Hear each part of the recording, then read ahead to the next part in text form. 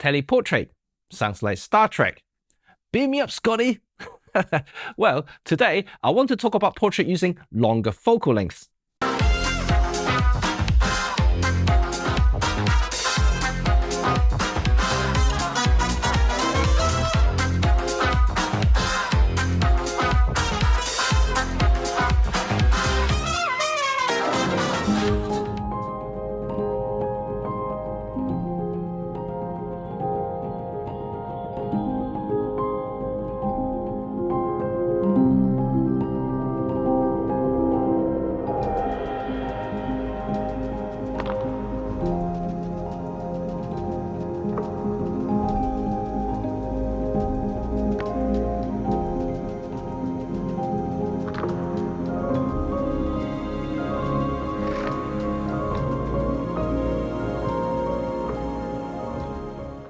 Welcome back, I'm Jimmy Chain, a professional photographer and filmmaker based in London.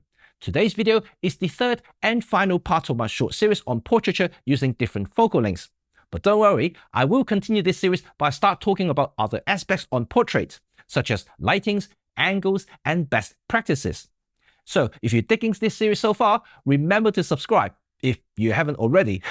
Of course, hit that bell to stay notified when my new video drops. So far, I've done videos on 35 and 50mm. If you missed them, I've included a playlist at the end of this video and in the description below.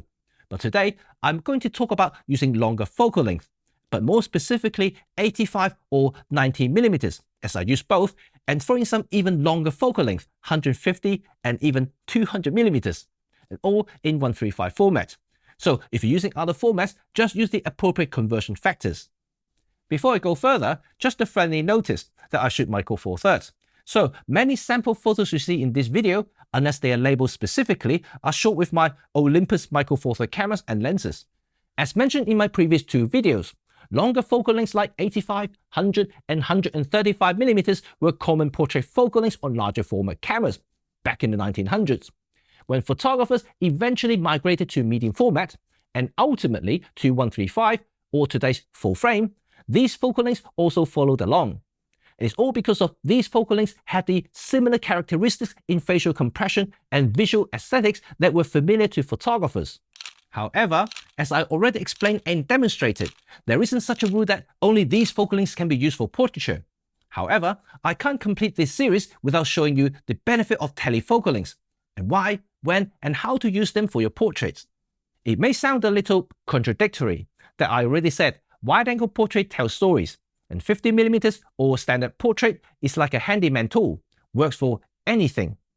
So why teleportrait if a 50mm can do practically everything already?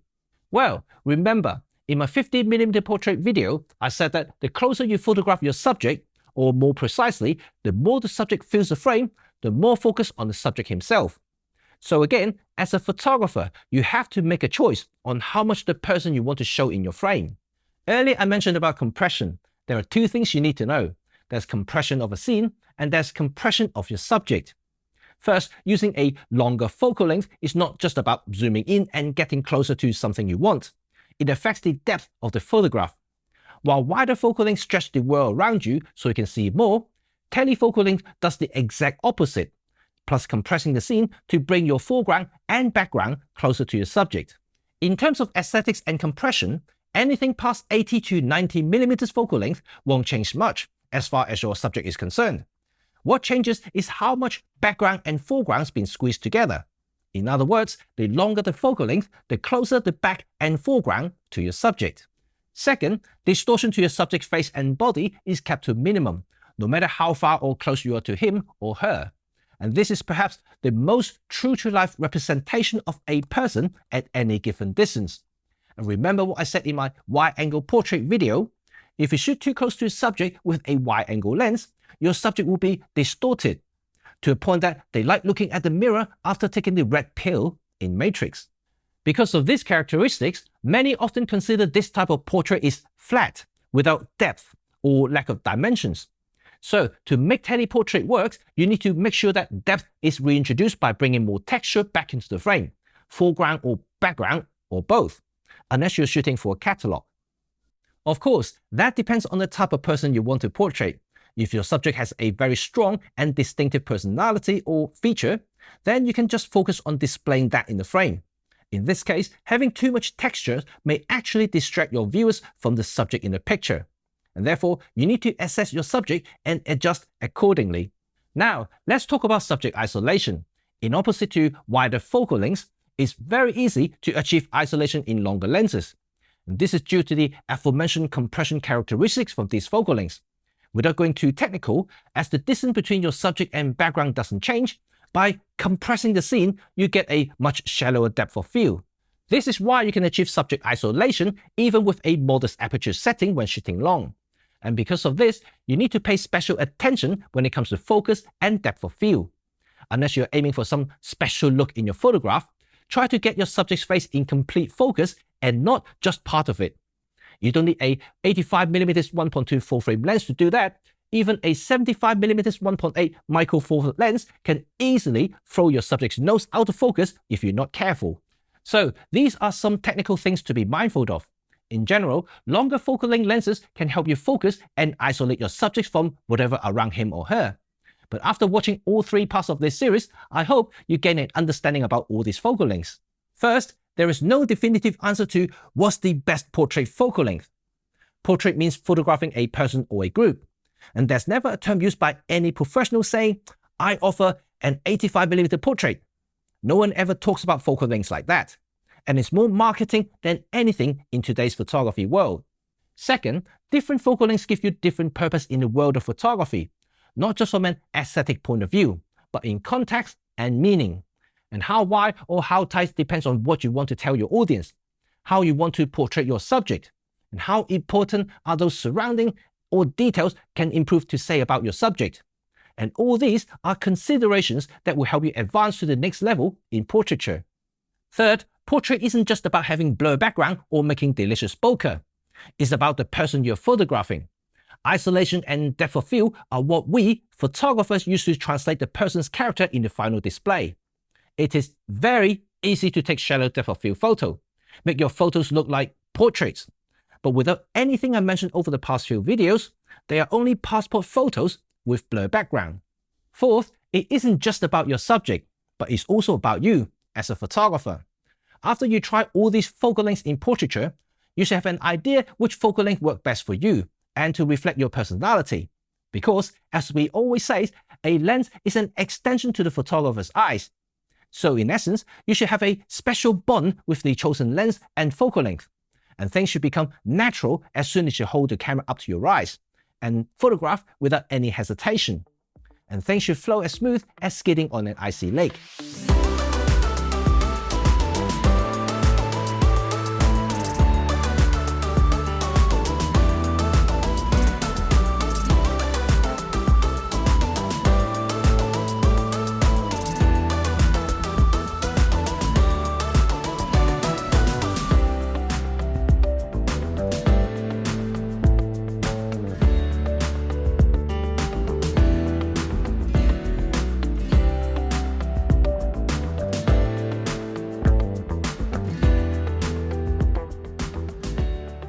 So this concludes my third and final part in this particular portrait series about focal length.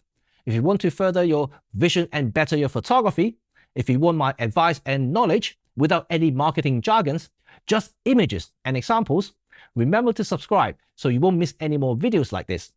And I'm also planning on making sub-series in portraiture such as angles, lights, and other approach, all based on my 16 years of experience in professional photography. But if you're feeling a bit nerdy after watching this series, remember I also have reviews on gear and lenses on what I use, should you want to check them out in my channel. So that's it for now. You know what to do. Thumb if you liked it, and sub if you want to stay in touch with all things photography, filmmaking, and of course, OM system. Peace.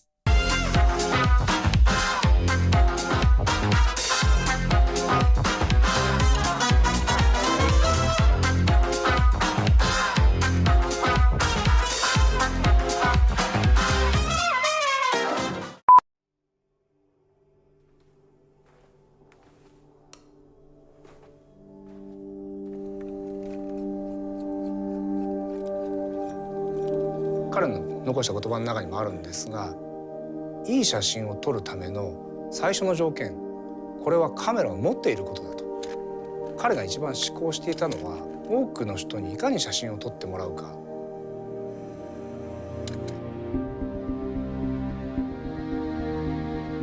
1960年代に前谷さんというオリンパスの技術者がいましてね。カメラが当時はまだ高級品なので、前谷さんをはじめとする開発の方々が多くの人に使ってもらうにはどうしたらいいかって考えた中で、カメラ自体をもっと安く作りたい。当時6000円で作れないかっていうふうにできたカメラです。そして当時高かったフィルム代、現像代を少しでも負担を減らしたい。そうしたらハーフサイズのカメラを作ろう。そうすると倍撮れるのですごく経済的です。35ミリカメラの24枚だと48枚撮れます。それが非常に画期的だということで、使われた。ペンが出た時にオリンパスを持って家族写真を撮ったりなんかする人が非常にいましたですね。主にプロを中心として使う機材が変わってきていた。なるべくいいものを作ろうと各社していて、どうしても大きくなってしまっている。その中で前谷はやっぱりプロが本当に求めるものってそういうことなのかっていうことに疑問を感じて、その中で生まれたのが OM1 だと考えています。結局彼がこれ集大成なんですね。やっぱりかなり命が吹き込まれたカメラではないかなっていうふうに僕は思います。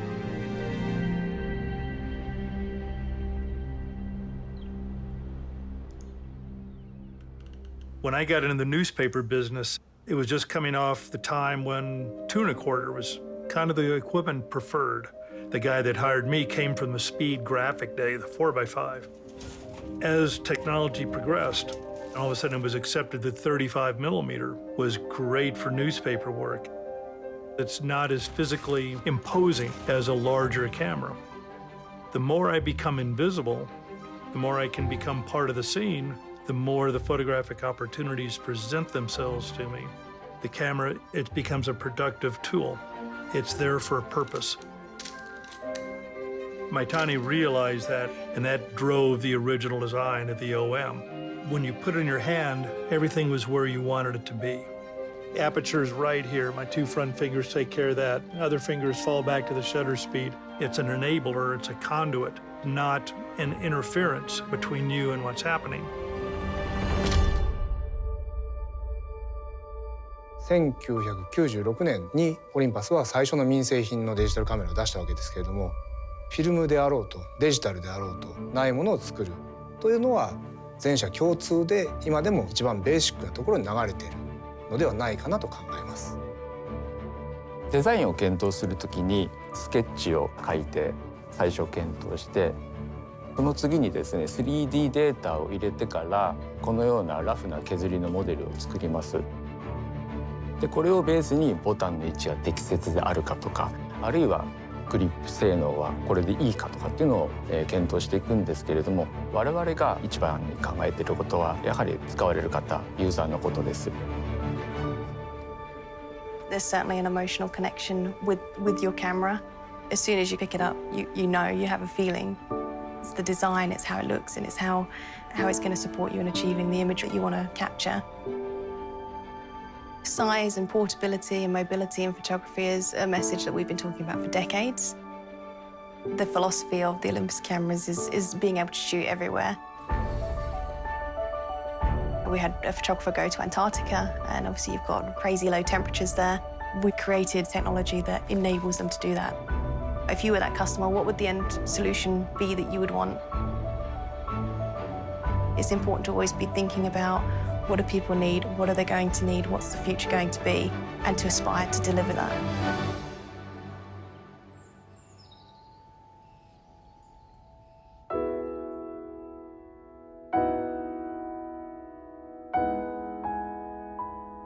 災害に遭われた方が取り戻したいものの最も大事なものの一つがやっぱ写真なんですね。それって単なる現像された紙ではなくて、その当時の家族の思い出がやはりそこに残っているってみんなが思うので、思い出を取り戻したいという気持ちがあると思うんです。つまり写真にはそれだけの力があると思っています。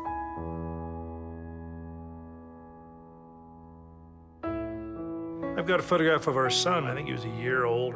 It's got the catch light in his eyes. Wonderful moment of him getting ready to tap the glass. It's not a great photograph, but it's a great moment. Wow, look at that. I remember that. Oh, look at this. You know, raising your kids, the pains and the struggle and the exhaustion and the joys and all these things that occur.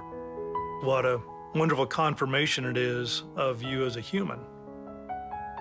This is who we are and who we were. 今でもそのものを作るにあたってはお客様の声というのをすごく大事にしています。マイタリが残した言葉の一つに、我々はカメラを開発提供しているんではなくて、カメラを通じて人々が幸せになることを提供しているんだという言葉があります。ないから作る、その精神というのを日々実現しようと、これこそが社会に対するオリンパスの役割だと思っています。